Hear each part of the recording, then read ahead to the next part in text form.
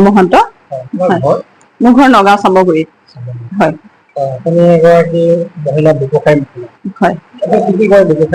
ব্যৱসায় বুলিলে মই প্ৰথমটো আচাৰৰ পৰা আৰম্ভ কৰিছিলো। আচাৰ জলপান এনেকুৱাখিনি লৈ আৰম্ভ কৰিছিলো। তাৰ পৰা এতিয়ালৈকে বহুতখিনি ফুড প্ৰচেছিং ইণ্ডাষ্ট্ৰিৰ পিছত মোৰ কুহি বেকাৰী বুলি আৰম্ভ কৰিলো। তাৰপিছত মোৰ কুহি টি বাৰ এণ্ড ৰেষ্টুৰেণ্ট, তাৰপিছত এতিয়া মোৰ কুহি লজিং, এই 4টা ব্যৱসায়ৰ লগত জড়িত। আৰু চৰ্টলি আৰু কিবা কিবি তেনেকে আৰু আশা আছে কৰি যাম বুলি। সফলতা আৰম্ভণিৰ পৰা বৰ্তমানলৈকে আপুনি কেনেধৰণে প্ৰচেষ্টা কৰিছে?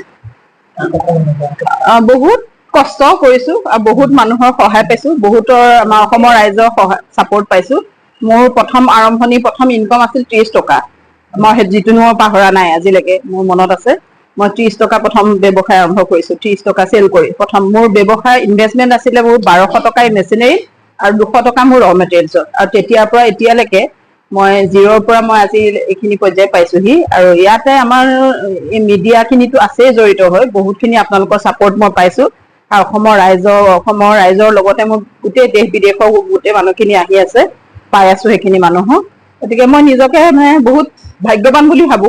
মই যি জেগাত আছো, মই চামগুৰিৰ নিচিনা জেগাত আছো, যি জেগাত নেকি হাইৱে হয়, এই হাইৱে দি যোন মানুহে যাওক, য'তে চাহ একাপ ভালকে খাব বিচাৰিলে, ভালকে ক্লিন বাথৰুম এটাত যাব বিচাৰিলে, মোৰ ইয়াত আহিলে মোক ভালকে মানুহে প্ৰথম এবাৰ অহাৰ পিছত সেই মানুহজন বেলেগ জেগাত দ্বিতীয়বাৰ নাযায়, মোৰ ইয়াতে আহে বা মই পাহৰিব নোৱাৰে। আমাৰ ইয়াত আহি একাপ যদি চাহ খায়হি, তেতিয়াহ'লে আপুনি এইটো ফিল নহয় যে আপুনি হোটেলত গৈ একাপ চাহ খালে। আমাৰ ইয়াতে আহিলে আমাক আলহী ঘৰলৈ অহাৰ নিচিনা এটা ফিল পাব।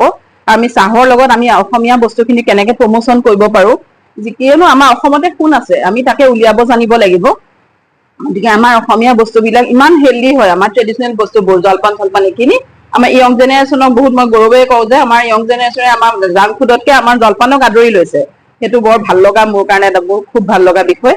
আৰু এতিয়া আমি চাহৰ লগত আমি লাডু পিঠাটো পৰিৱেশন কৰো। কোনোবাই বিচাৰক বা নিবিচাৰক আমি কমপ্লিমেণ্টাৰী হিচাপে পৰিৱেশন কৰো, কিয়নো সেইটো খোৱাৰ পিছত তেখেতে কিনি নিয়াটো পিছৰ কথাই, আৰু দ্বিতীয়বাৰ চাহ খাবলৈও আহিব। আৰু আমাৰ দেশত পিঠা লাডু খিনি প্ৰচলন হৈ থাকিব 12 মাহে। আৰু আমাৰ ইয়াতে অকল পিঠা লাডু বিহু বুলি নহয়, গোটেই 12 মাহে সকলো সময়তে পিঠা লাডু জলপান আচাৰবোৰ আমি বিভিন্ন ধৰণৰ বনাও। যেনে ভোট জলকীয়া আচাৰৰ পৰা আমি ভেজ বা নন ভেজ আচাৰো বনাও। আমি মাছৰ আচাৰ, চিকেনৰ আচাৰ, এনেধৰণৰ আচাৰ খিনিও আমি বনাই আছো। আপোনাৰ ব্ৰেকফাষ্টৰ পৰা ইভিনিঙৰ টি লৈকে আৰু আপোনাৰ থকা ব্যৱস্থালৈকে সকলোখিনি আছে। ইয়াৰ মোৰ ফেমিলিটো মোৰ একদম বেকবন হৈ মোৰ লগত আছে, সদায় জড়িত হয়। মোৰ বাচ্ছা যেতিয়া মই আৰম্ভ কৰিছিলো তেতিয়া একদম সৰু, মোৰ ল'ৰাটো মাত ফুটাই নাছিল ভালকে, অলপ ভঙা সি তেতিয়াও ষ্টিকাৰ লগাব জানিছিলে। গতিকে মোৰ মা মোৰ লগত একদম সোঁহাত হৈ থাকে, মোৰ হাজবেণ্ড, আৰু তেওঁলোকৰ চাপৰ্টটো নোপোৱা হলে মই আজি এইখিনি হবই নোৱাৰে। গতিকে মোৰ ফেমিলিটো মোক যথেষ্ট সহায় কৰি আহিছে। 2011 চনত প্ৰথম আৰম্ভ কৰিছিলো নিজা ঘৰুৱা কিটচেনত। তেতিয়াৰ পৰা তাৰপিছত 14 চনত মই ইণ্ডাষ্ট্ৰি বুলি 2টা ৰুম বনাই পেলাই লৈ আৰম্ভ কৰিলো। 2019ত মই টি বাৰখন আৰম্ভ কৰিছো।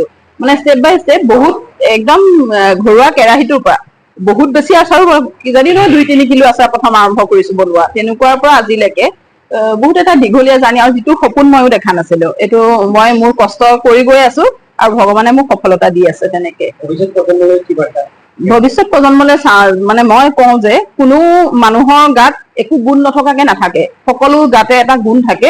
তাকে কোনে কি কৰিব পাৰে সেই বস্তুটো উলিয়াব লাগে। আৰু কোনো মানুহ বেকাৰ হৈ থাকিব নালাগে, হাই মোৰ হাতত পইচা নাই।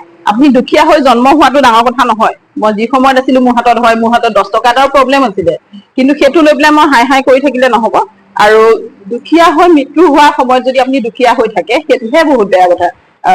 গতিকে যি সময়ত আমি কাম কৰি যাব লাগে, যি সময়ত আমি পঢ়া শুনা শেষ কৰি লৈ, পঢ়া শুনাটো বহুত জৰুৰী হয় বাৰু, পঢ়া শুনা শেষ কৰি লৈ যাতে আমি বেকাৰ হৈ ঘৰত বহি নাথাকো। পঢ়াৰ লগতে যদি আমি চিন্তা কৰিব পাৰো যে এতিয়া গভমেণ্ট জববোৰ নাইকিয়া হৈ গৈ আছে, গভমেণ্ট জব সকলোৱে যে যিমান লাখ ষ্টুডেণ্টে পাছ আউট হয় গোটেইখিনিয়ে যে গভমেণ্ট জব পাব সেইটো নহয়। গতিকে আমাৰ অসমত ইমান সুন্দৰ জেগাত আমাক ভগৱানে আমাক দিছে স্থান।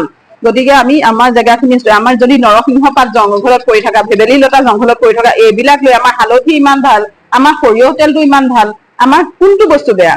আমাৰ তেতেলী আমাৰ হেল্ডি, আৰু আমাৰ জলপান বিলাক যিবোৰ নেকি আমাৰ প্ৰচেছটো কোনো মানুহে কৰিব নোৱাৰে। আমাৰ কোমল চাউলৰ প্ৰচেছটো আপুনি যাকে যেনেকে শিকাওক, কোনো মানুহে কৰাটো সম্ভৱ নহয়। গতিকে আমাৰ বস্তুখিনি লৈ পেলাই যদি আগবাঢ়ি যায়, অকল আমাৰ এইটোতে নহয়, আমাৰ ইয়াত আজিকালি কাম কৰিবলৈ মানুহ নোহোৱা হৈ গৈছে।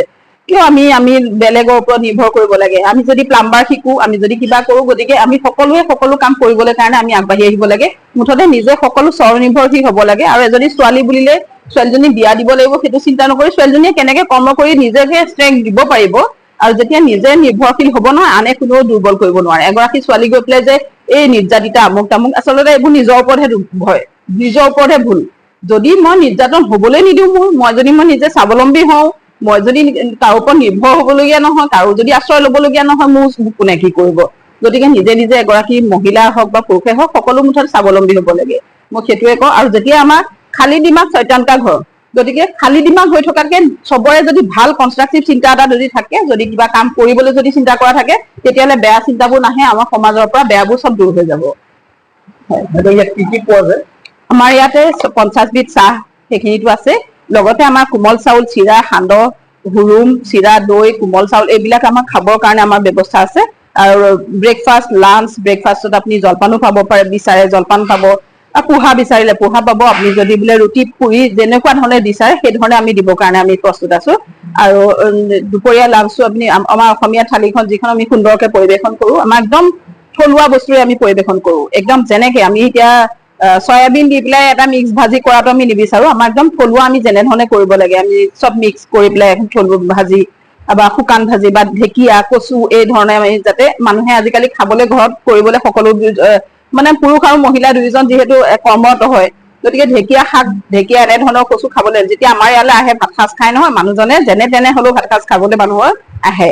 গতিকে সেইটো ভাল মানে এটা চেষ্টা কৰি আছো যাতে আমাৰ থলুৱা বস্তুবোৰ মানুহে পাই থাকে, সেইখিনি আছে।